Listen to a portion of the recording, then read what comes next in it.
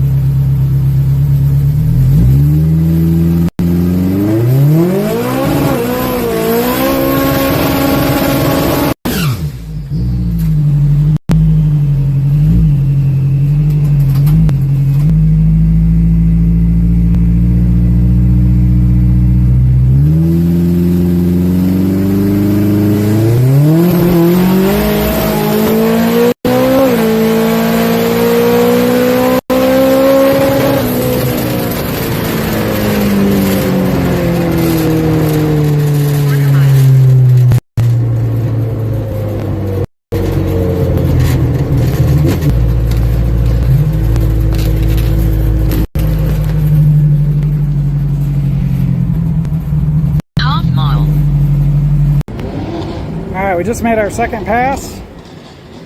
Just 617, 116.9. So real good on mile an hour. We did turn the boost up. We're fixing to check the log, see how it looks, and go from there.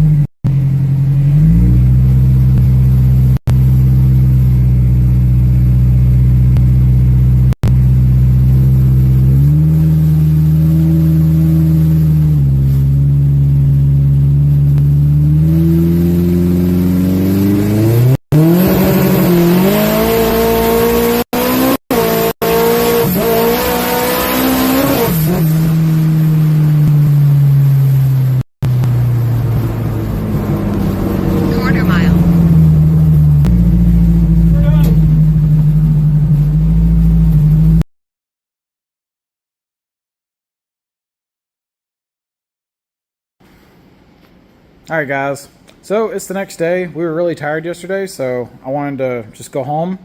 But let's summarize what happened. So I think we made like 4 passes. We had a mixed results. We had a 144 60 foot and a 146 60 foot. So those are both like, that's as fast as this car's ever 60 footed. That was cool. Our best mile an hour was 118 miles an hour, which for 8th mile, that's fast on a BP, no doubt. It's not going as fast as I wanted for this boost level. We actually went all the way to 30. So we got to the track at 21 and we bumped it up and then bumped it up. I think we were at 30. I got to check the logs.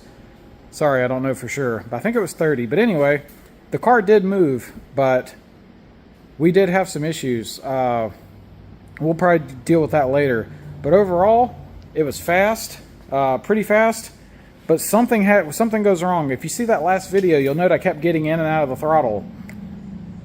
It's like it's rear wheel steering. So it could just be the tire pressure is too low. I know that if you get the tires too low, it'll kind of do that, like starts floating. That may be what was happening.